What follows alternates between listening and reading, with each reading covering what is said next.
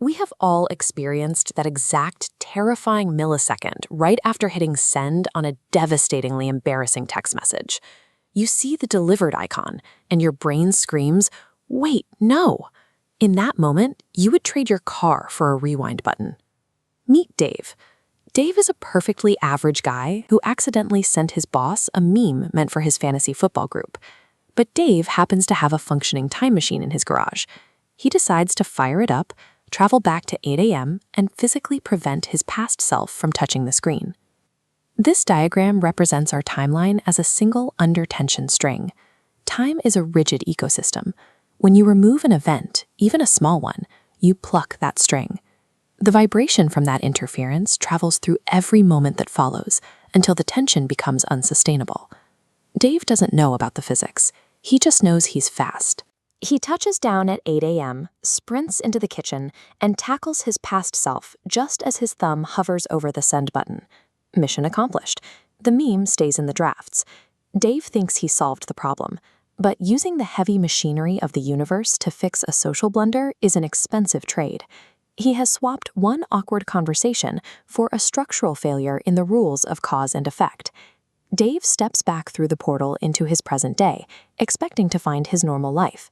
Instead, he steps into a reality that has completely reshuffled itself in his absence. His living room furniture has been replaced by hay, the apartment windows are completely boarded up, and the entire apartment is now occupied by a flock of aggressive, territorial geese who appear to have a legal claim to his kitchen. This shows how the butterfly effect actually functions. By stopping that text at 8 a.m., Dave changed his morning posture, which triggered a chain of events leading to a waterfowl transport truck swerving into his lobby.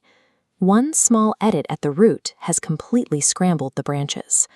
Fending off a goose with a couch cushion, Dave makes a panicked choice. He dives back into the machine to travel to 7:55 a.m., hoping to stop himself from stopping the text, just to get his furniture back. Dave is learning that you cannot outrun your own interference. Every attempt to fix a mistake creates a reality that is more crowded and much harder to live in. Dave arrives back in the kitchen at 7:55 a.m., rounds the corner at full speed, and slams into his earlier time-traveling self. This collision illustrates the grandfather paradox. If the second Dave successfully stops the first Dave from stopping the text, then the text is sent. If the text is sent, the second Dave never has a reason to travel back. Event A triggers Event B, which deletes Event A. The timeline cannot decide, so the physics fracture. Dave refuses to accept the logic. He panics and jumps back to 7:54 a.m., then 7:53 a.m. He is trying to brute force a solution by flooding the same 5-minute window with more versions of himself. Within minutes, the kitchen is a physical traffic jam. Dozens of Daves are pinned against the stove and the fridge, all shouting at once, some trying to send the text, others trying to fight the geese that are now appearing in the past, too. This shouting match shows that the sequence of events has stalled. Cause and effect cannot function when the present moment is physically crowded with dozens of competing versions of the past.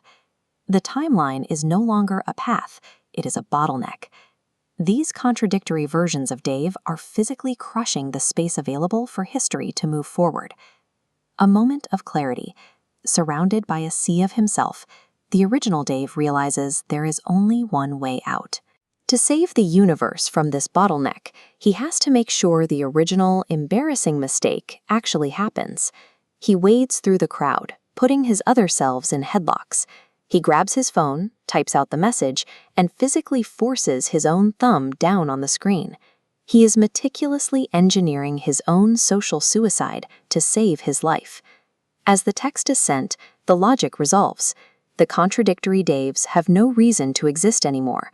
The timeline unspools from its knot and snaps back into a single stable direction. Dave is slingshotted back to the present.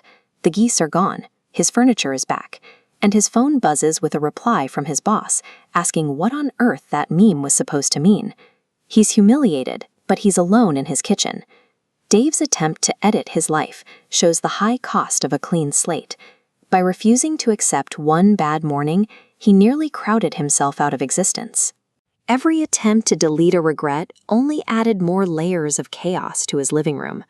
Our history stays stable because we can't change it.